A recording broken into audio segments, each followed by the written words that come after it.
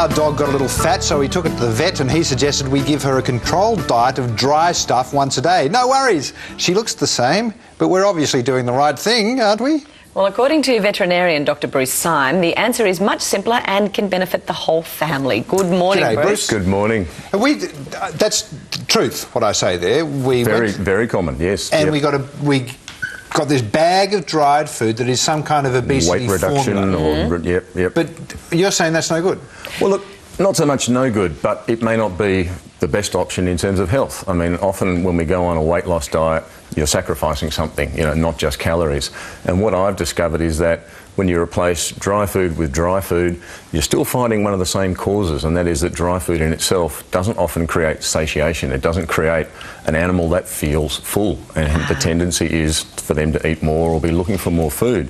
Whereas if you feed them a diet that has moisture, that has oral sensation, chewing bones, you will find that the animal will actually eat less, feel full, and not be looking for food. Because I'm thinking maybe this bone here is going to take quite a bit of chewing. Scully would wet her pants if she saw that. Absolutely. The thigh of a man. It's what we call the dinosaur bone. And these sorts of bones are great as a toy because, as you rightly say, that'll be around in the garden in 3 weeks' time because the dog isn't actually going to eat it, but it's going to get great oral fixation. It'll sit there and munch and chew, great for teeth and gums. That's a good point because whenever we give our dog a bone, she seems to just go and dump it in the garden. Oh, it's stinky. Well, often that means she's not even hungry when you're giving her the bone.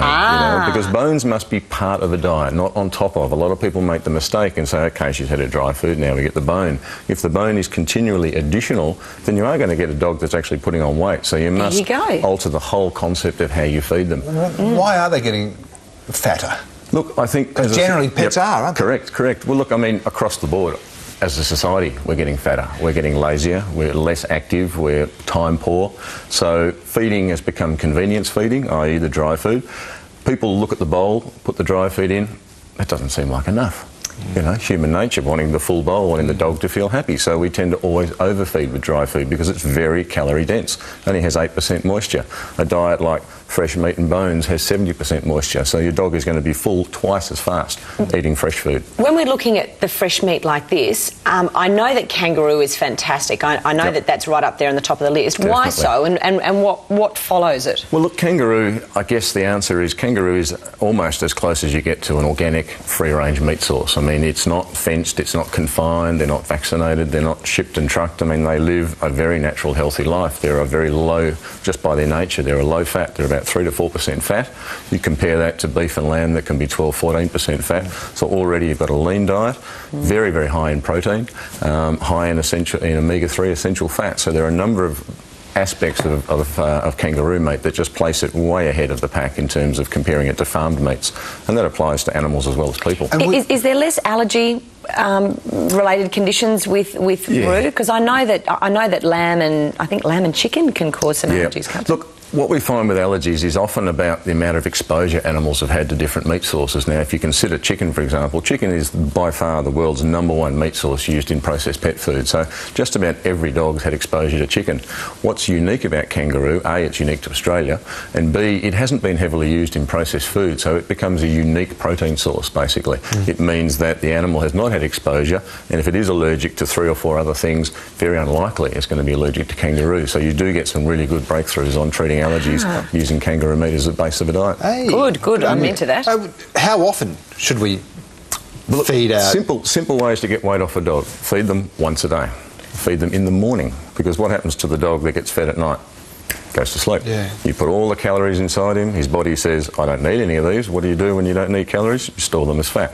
So far better to feed a dog in the morning, let him exercise during the day, burn those calories that are, that he's eaten, and then go to bed, and at the end of the night, great time to pop out a bone. So that while you're having dinner, instead of him giving you the big looks and you're feeling guilty, he's got dinosaur bone out there, he's as happy as. He's out there munching away, feeling good. Look, there's a great book that I know you're familiar with called Give Your Dog a Bone, and it's basically all about doing exactly this, feeding your dog good stuff like that. It's the principle of good feeding practice. But they also suggested just every now and then don't feed your dog for a day. Correct. Because Yeah, then... it is natural for dogs to fast. I mean, dogs, if you imagine by evolution, they're hunters. Now, not all hunters catch something every day, the simple reality. So it is quite normal for a dog to actually probably, in the wild, fast one day, maybe even 2 days a week. When you fast, you actually allow the liver to what's called detoxify, basically to release toxins when you have a fasting process. So it is believed to be good practice and good health for dogs to have a fast. Now, I don't completely fast my dogs. I give them what I call a bone fast, which is where they get nothing but bones for the day to chew on. And that actually really cleans their insides out as well. They're really and their scourging teeth. and the teeth. Oh, yes. Yep. Should we adopt these practices for cats as well? Absolutely. Look, Exactly cats are a greater carnivore. They're called an obligate carnivore, which means they must have meat in their diet to survive. So cats are more carnivorous, more used to chewing bones than actual dogs are. They are much better at chewing up a whole carcass and eating it completely than a dog is. And most people don't even think to give their cat a bone, you know. You've mentioned a number of times now exercise, which is important. Obviously. It sort of is becoming increasingly difficult to exercise your pets with Very council much. regulations, Very much summertime so, on the beach yeah. and so on. What's a good way to go about it?